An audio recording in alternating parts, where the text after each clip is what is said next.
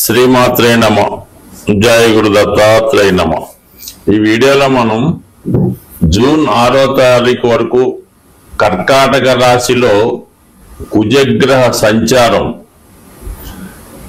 ఈ అబ్బాయిలు అమ్మాయిల యొక్క వివాహ వ్యవస్థ మీద, అలాగే ఆలస్య వివాహానికి కారణమైనటువంటి ఈ కుజగ్రహం ఈ కర్కాటక రాశిలో ఉండడం వల్ల ఎందుకు వివాహాలు ఆలస్యం అవుతున్నాయి, వివాహ సంబంధాలు కుదరకుండా, ముఖ్యంగా అబ్బాయిలు ఎందుకు వివాహంలో లేట్ అవ్వడం, వారి జీవితంలో సరిగ్గా సెటిల్ అవ్వలేకపోవడానికి కారణమైనటువంటి కుజగ్రహం ప్రస్తుతం కర్కాటక రాశిలో ఈ నెల అంటే ఇంచుమించు జూన్ 6వ తారీఖు వరకు ఆ రాశిలోనే ఉండడం జరుగుతూ ఉంటుంది.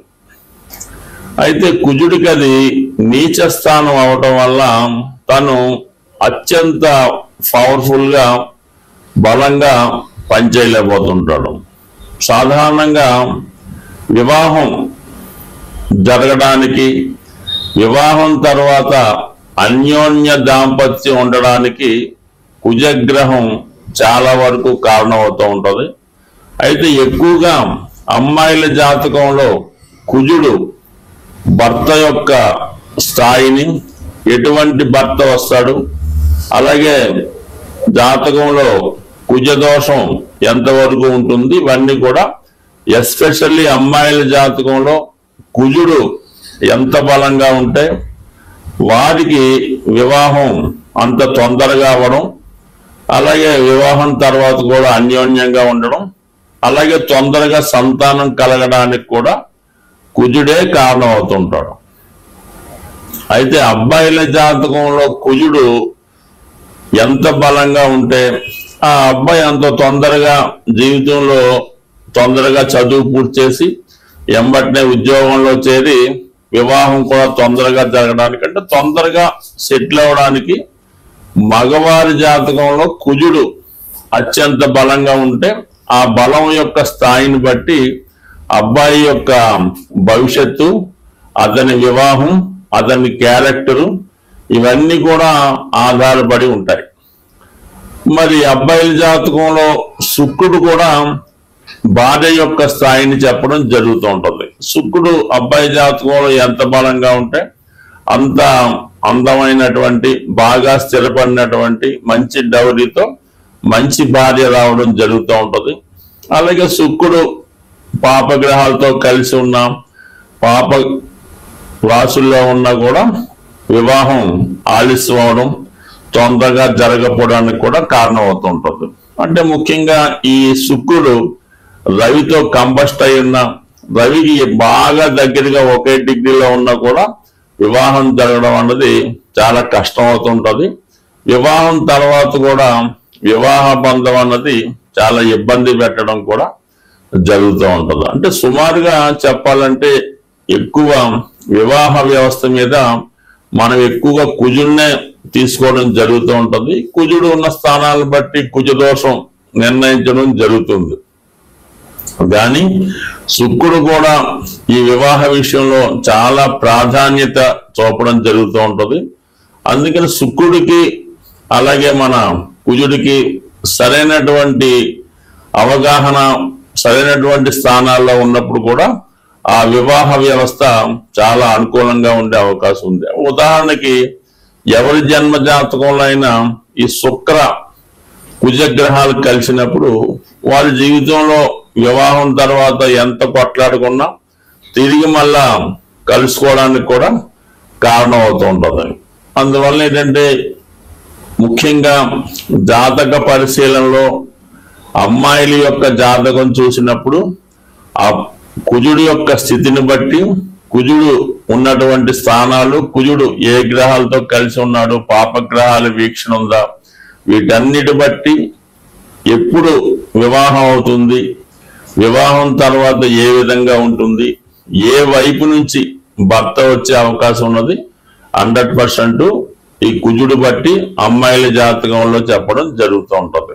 అలాగే అబ్బాయిల జాతకంలో శుక్రుడు ఉన్న స్థితిని బట్టి ఆ అబ్బాయికి ఎప్పుడు వివాహం జరగవచ్చు, వచ్చిన భార్య ఏ విధంగా ఉంటుంది, వివాహం తర్వాత జాతకుడు అదృష్టవంతుడవుతాడా దురదృష్టవంతుడవుతాడా అన్నది కూడా అబ్బాయి యొక్క జాతకంలో శుక్రుడిని బట్టి కూడా ఉండడం జరుగుతూ ఉంటుంది. సో ఇప్పుడు మనం ఈ కుజుడు ఇంచుమించుగా మనకి జూన్ 6వ తారీఖు వరకు కర్కాటక రాశిలో సంచరిస్తూ ఎక్కువగా పుష్యమి ఆశ్లేష నక్షత్రాల మీద ఎక్కువ సంచారం చేయడం జరుగుతుంటది. ఈ ప్రభావం వివిధ రాశుల వారి మీద ఏ విధంగా ఉంటుంది, వారు తొందరగా వివాహం జరగాలన్నా వివాహం జరిగి కూడా ఇబ్బందుల్లో ఉన్న వాళ్ళు ఎటువంటి పరిహారాలు చేసుకోవాలి అన్న విషయాన్ని ఈ వీడియోలో కొద్దిగా డీటెయిల్ గా తెలుసుకునే ప్రయత్నం చేద్దాం. స్వస్తి. శ్రీమాత్రే నమః. వృశ్చిక రాశి వారికి జూన్ 6వ తారీఖు వరకు కర్కాటక రాశిలో సంచరిస్తున్నటువంటి కుజుడు ఈ రాశి వారికి వివాహ విషయంలో ఎంతవరకు సహకరిస్తాడు, వీళ్ళు వివాహ ప్రయత్నాలు ఎప్పుడు చేసుకుంటే తొందరగా వివాహం జరుగుతుంది మొదలగు విషయాలు మనం తెలుసుకునే ప్రయత్నం చేద్దాం. ఈ కర్కాటక రాశి వారికి కుజుడు రాస్యాధిపతి అలాగే షష్టాధిపతి అవడం వల్ల వీరి యొక్క ప్రయత్నం ఎప్పుడు విజయం వైపు సక్సెస్ వైపు ఉండడం జరుగుతుంటది. అంటే వీళ్ళు ఏ ప్రయత్నం చేసినా ఆ పని సక్సెస్ అయ్యేంత వరకు కూడా వాళ్ళు నిద్రపోరు, పక్క వారిని నిద్రపోనివ్వకుండా అదే ప్రయత్నం చేయడం జరుగుతూ ఉండదు. మరి ఇప్పుడు 9వ స్థానంలో సంచరిస్తున్నాడు కుజుడు. అంటే తను ఉన్న రాశి నుంచి ఈ రాశ్యాధిపతి కుజుడు 9లో ఉండడం అన్నది చాలా వరకు అదృష్టం అనే చెప్పొచ్చు ఈ రాశి వారికి. 9వ స్థానం ఏం చెప్తుంది? ఉన్నత విద్య. అలాగే ముఖ్యంగా స్త్రీలకి 9వ స్థానంలో శుభగ్రహాలు ఉన్నా, శుభగ్రహాలు వచ్చినా కూడా వారి యొక్క వివాహం తొందరగా జరుగుతుంది.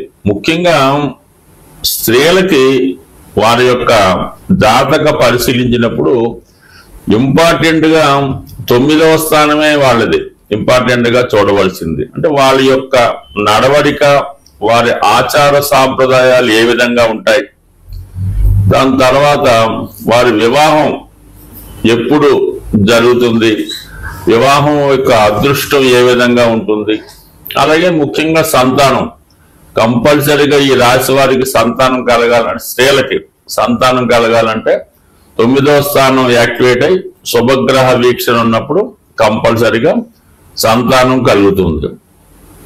మరి ఈ కారణం వల్ల ఈ స్త్రీలకి అంటే కుజుడు మంగళకారకుడు, కొన్ని విషయాల్లో పాపగ్రహం, క్రోధగ్రహం, అగ్నితత్వ గ్రహం అయినప్పుడు కూడా వివాహానికి కుజుడు శుభుడే అవుతుంటాడు. అంటే వివాహ ప్రయత్నాలకి, వివాహ కార్యక్రమాలకి కుజుడిని శుభగ్రహంగా భావించాలి.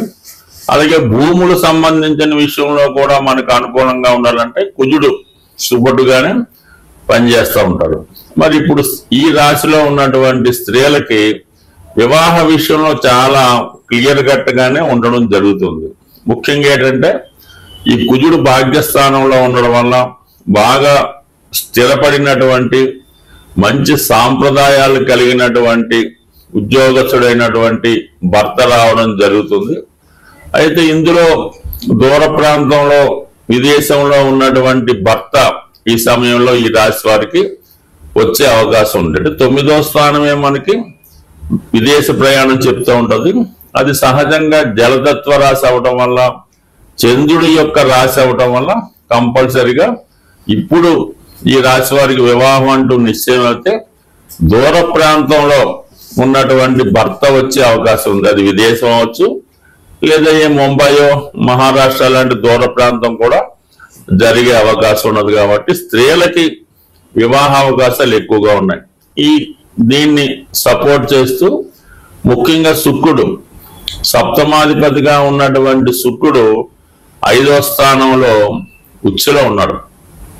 అంటే చాలా వరకు పెద్దలు కూర్చున్నా వీరు నిర్ణయించుకున్న వీరి మనసుకు నచ్చినటువంటి భార్య, అంటే అబ్బాయిలకి వీరికి నచ్చినటువంటి భార్య రావడం, వీళ్ళు ఏ విధంగా వీళ్ళ యొక్క కాబోయే భార్య ఉండాలనుకుంటున్నారో ఆ విధంగా ఉండే అవకాశం ఉంది. అంటే మీనరాశిలో శుక్రుడు ఉచ్చులో ఉండడం వల్ల కొద్దిగా అందంగా, సౌందర్యంగా, ఆరోగ్యంగా కనబడే అమ్మాయి, మంచి సాంప్రదాయ కుటుంబానికి చెందినటువంటి అమ్మాయి వచ్చే అవకాశం ఉంది. ఇక్కడ మీకు ఏమైందంటే ఈ మే 15వ తారీఖు వరకు కూడా ఈ గురువు శుక్రుల మధ్య పరివర్తన జరిగింది.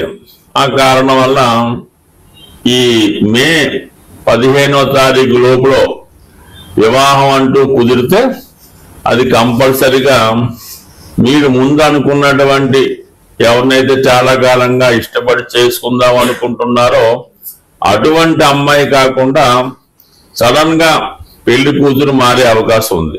అంటే అమ్మాయికి అబ్బాయి కూడా మారే అవకాశం ఉంది. కాబట్టి ఏదైనా సాంప్రదాయ వివాహం జరుగుతుంది.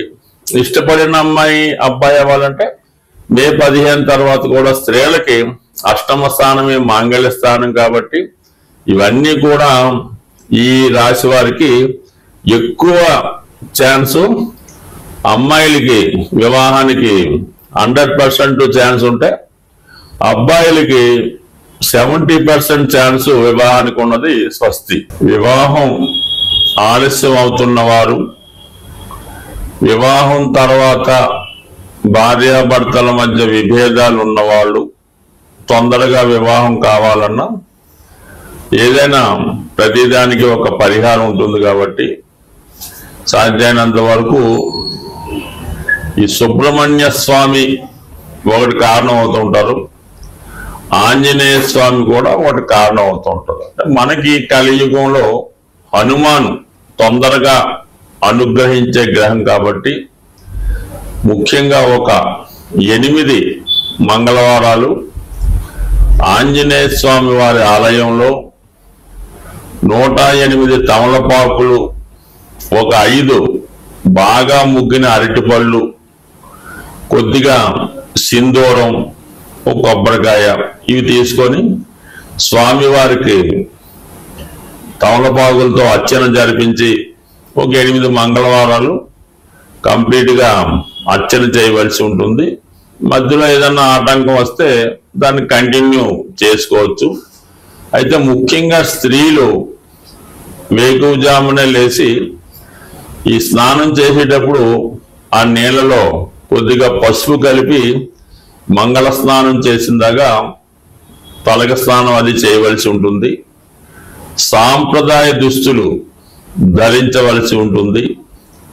కంపల్సరిగా గాజులు, అంటే మట్టి గాజులు, దాన్ని గాజు గాజులు అంటారు. 2 చేతులకు కూడా కనీసం ఒక చేతికి 8, ఒక చేతికి 8. అది ఎరుపు రంగు అయితే వెరీ బెటర్, ఆకుపచ్చ రంగు అయినా పర్వాలేదు. ఈ విధంగా వాళ్ళు సాంప్రదాయ దుస్తులతో సాంప్రదాయంగా ఈ పసుపు కలిపినటువంటి నీటితో స్నానం చేసి వాళ్ళు ఈ 8 మంగళవారాలు కంప్లీట్ చేయవలసి ఉంటుంది. మగపిల్లలు కూడా ఇంచుమించుగా సాంప్రదాయ దుస్తులతోనే చేయాలి.